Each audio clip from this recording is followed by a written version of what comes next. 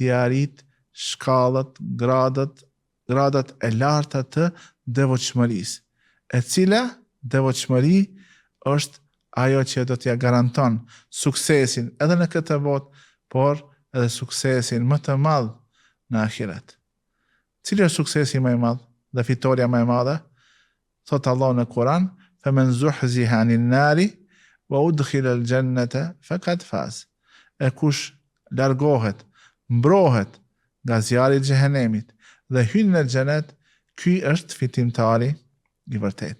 Ky është ai njeriu i cili e ka arrit fitoren e vërtet.